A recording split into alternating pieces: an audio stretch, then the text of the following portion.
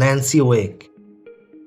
1912 সালে নিউজিল্যান্ডের ওয়েলিংটনে জন্মানো একজন নার্স এবং জার্নালিস্ট পেশার আড়ালে ন্যান্সি ছিল দ্বিতীয় বিশ্বযুদ্ধ চলাকালীন সময়ে ফ্রেঞ্চ রেজিস্ট্যান্সের একজন সিক্রেট এজেন্ট।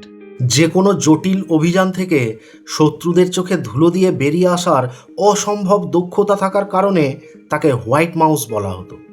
অপরূপ সৌন্দর্য, যৌন আকর্ষণ, প্রলোভনের ক্ষমতা এবং অদম্য সাহস ব্যবহার করে ন্যান্সি গোয়েন্দা তথ্য সংগ্রহ করত এবং তার উচ্চপদস্থ কর্মকর্তাদের মিত্রশক্তির সাথে সহযোগিতা করার জন্য রাজি করিয়েছিল। ন্যান্সির শৈশব কেটেছে সিডনি, নিউ সাউথ ওয়েলস এবং অস্ট্রেলিয়ায়। 1930 সালে নিউজিল্যান্ড থেকে ফ্রান্সে চলে এলে একজন ফ্রেঞ্চ ইন্ডাস্ট্রিয়ালিস্ট হেনরি ফিউকাকে বিবাহ করে ন্যান্সি। জার্মানি পোল্যান্ড দখল করার সাথে সাথে সেকেন্ড ওয়ার্ল্ড ওয়ার শুরু হলে ন্যান্সি ফ্রান্সের প্যাট ওলিয়ারি এসকেপ নেটওয়ার্কে যোগ দেয়। সেই এসকেপ নেটওয়ার্কের একজন সদস্য হিসাবে সে জার্মান দখলীকৃত ফ্রান্সের অ্যালায়েড ফোর্সের বিমান বাহিনীকে সহযোগিতা করতে থাকে। কিন্তু 1943 সালে জার্মানরা তার কাজের ব্যাপারে সতর্ক হয়ে গেলে সে ফ্রান্স থেকে স্পেনে পালিয়ে যায়।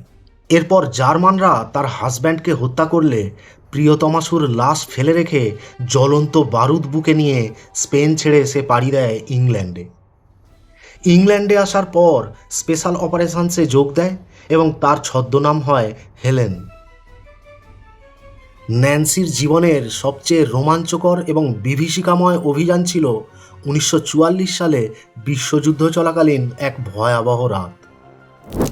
প্যারাশুটে করে জার্মান অধিকৃত ফ্রান্সের অভার্ন অঞ্চলে অবতরণ করার পর সম্মুখ সমরে গানশট ফায়ারিং চলে বিশাল বড় জার্মান সেনাবাহিনীর সাথে। এরপর একটি অত্যন্ত জরুরি তথ্য সেখান থেকে লন্ডনের এসওইতে পৌঁছে দেওয়ার জন্য ন্যান্সি সেদিন যুদ্ধভূমি থেকে 500 কিলোমিটার বাইসাইকেল চালিয়েছিল।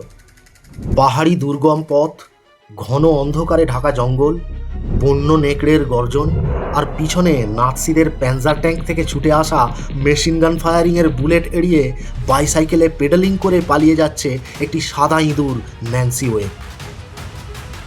সেদিনের সেই ন্যাজি এসকেপ ইতিহাসের পাতায় বিশ্বযুদ্ধের যত বিভীষিকাময় ঘটনা ঘটেছে তার শীর্ষস্থানে রয়ে গেছে চিরতরে।